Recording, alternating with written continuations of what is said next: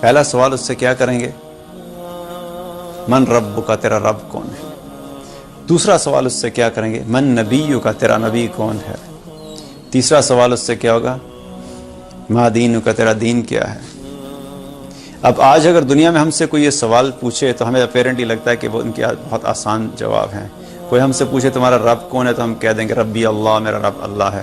کوئی ہم سے یہ سوال پوچھے کہ تمہارا نبی کون ہے تو نبی صلی اللہ علیہ وسلم کے بتا دیں کہ محمد رسول اللہ صلی اللہ علیہ وسلم۔ اور اگر کوئی یہ سوال پوچھے کہ تمہارا دین کیا ہے تو ہم کہیں ہمارا دین اسلام ہے۔ لیکن قبر میں اتنا سمپل، اتنا اسٹریٹ فارورڈ نہیں ہوگا کہ اپنی مرضی سے جس کے آیا بس بتا دیا اور مسئلہ حل ہو گیا اور وہاں سے آگے چلے گئے۔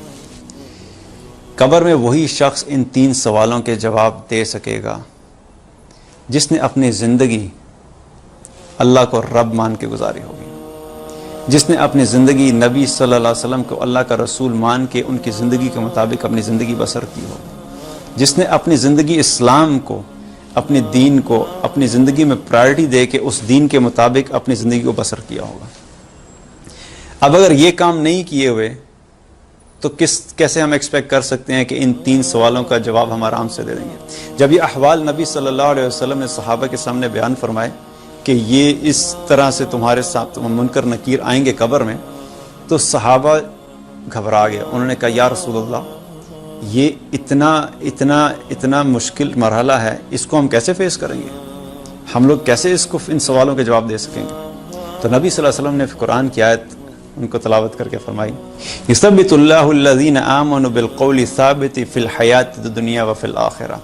اللہ تعالیٰ اہل ایمان کو کلمے کی برکت سے، کلمے پہ قائم رہنے کی وجہ سے دنیا میں بھی ثابت قدم رکھتا ہے اور آخرت میں بھی ثابت قدم رکھے گا۔ یہ کلمہ توحید ایسا ہے کہ جو شخص اپنی زندگی کلمہ توحید کے مطابق بسر کرے گا، اللہ تعالیٰ اس کو دنیا میں بھی ثابت قدم رکھے گا اور آخرت میں بھی ثابت قدم رکھے گا۔ حضرت عائشہ رضی اللہ تعالیٰ عنہ نے بھی جب نبی صلی اللہ علیہ وسلم سے یہی پوچھا کہ یا رسول اللہ، میں تو عورت ہوں، میں تو بڑی کمزور ہوں، تو میں ان کا سامنا کیسے کر سکوں گی؟ ان کو بھی نبی صلی اللہ علیہ وسلم نے یہی فرمایا کہ یہ کلمہ توحید اہل ایمان کو دنیا میں بھی ثابت قدم رکھے گا اور آخرت میں بھی ثابت قدم رکھے گا۔ اب یہ سوالوں کا سلسلہ جب ہو جائے گا تو ایک وہ شخص ہوگا جو ان کا صحیح جواب دے دے گا اور ایک وہ ہوگا جو ناکام ہو جائے گا۔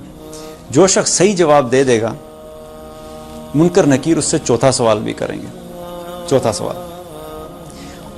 سوال یہ کریں گے ما یدریکا، کہ یہ تینوں سوالوں کا جواب تمہیں کیسے پتہ لگا؟ ما یدریکا، تمہیں کیسے معلوم ہوا کہ یہ 3 سوالوں کا جواب یہ ہوگا؟ تو اب وہ جو آگے سے جواب دے گا وہ اتنا امپورٹنٹ ہے کہ اس جواب میں ہمارے لیے اس چیز کا آنسر ہے کہ ہمیں وہ کیا چیز کر کے اس دنیا سے جانا چاہیے کہ ہم قبر میں اللہ تعالیٰ کی مدد اور اللہ تعالیٰ کی رحمت سے ثابت قدم رہ سکیں اور ان 3 سوالوں کا جواب صحیح طریقے سے دے سکیں۔ جب اس سے وہ پوچھیں گے کہ تمہیں یہ کیسے پتہ لگا، تو وہ آگے سے ان کو کیا جواب دے گا؟ قرأت کتاب اللہ وآمنت بہ وصدقت۔ میں اللہ کی کتاب پڑھا کرتا تھا، میں اس پہ ایمان لایا تھا اور میں نے اس کی تصدیق کی تھی، میں اس کتاب کو امپورٹنس دیتا تھا، مجھے اس بات کا یقین تھا کہ میرا جو حساب کتاب ہونے والا ہے وہ اللہ تعالیٰ نے اس کتاب کو مجھے اس لیے دیا ہے کہ میں اس کو پڑھ کے اس کے سمجھوں اور اس میں اللہ نے مجھ سے جو کچھ کرنے کا کہا ہے وہ سب کروں اور جن چیزوں سے رکنے کا کہا ہے میں ان سب سے رکوں۔ مجھے اس چیز کا یقین تھا، اس لیے میں اس کتاب کے مطابق اپنی تیاری کر کے آیا تھا۔ یہ وہ وجہ ہے کہ اس لیے مجھے آج ان 3 سوالوں کے جواب پتہ ہے۔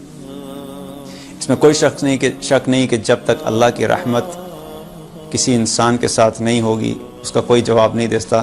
لیکن یہ وہ کام ہے جو کہ حدیث میں آتا ہے کہ وہ شخص فرمائے گا کہ میں قرآن پڑھا کرتا تھا، اس کے مطابق میں اس پہ ایمان لایا تھا، اس کی تصدیق کی تھی اور اس کے مطابق میں اپنی زندگی بسر کیا کرتا تھا، اس لیے میں آج ان سوالوں کا جواب دے سکتا ہوں۔ اس سے ہمیں کیا پتہ لگتا ہے کہ قرآن ایک ایسی اہم کتاب ہے ایک مسلمان کی زندگی میں، اس کے بغیر ایک مسلمان کی زندگی کا تصور نہیں ہے۔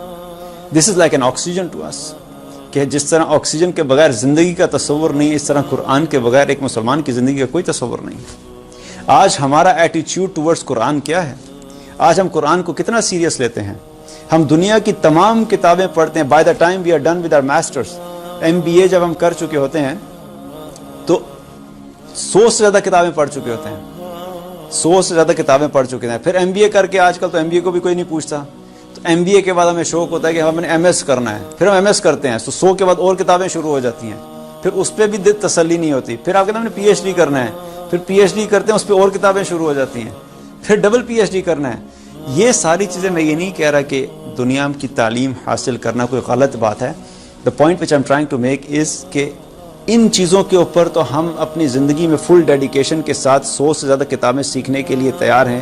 لیکن وہ کتاب جو ہمارے لیے قبر میں کام آئے گی، وہ کتاب جس کے ذریعے سے اللہ تعالیٰ ہمیں قبر میں ثابت قدم رکھے گا، وہ کتاب جس کے ذریعے سے ہم نے وہ جواب جو قبر میں سوال ہم سے ہوں گے اس کے جواب ہمیں پتہ لگنے ہیں، اس کتاب کے ساتھ آج ہم کتنا سیریس ہیں، اس کتاب کو سیکھنے کے معاملے میں ہم کتنا سیریس ہیں، اس کتاب کو ہم روزانہ کھول کے کتنی دفعہ پڑھتے ہیں.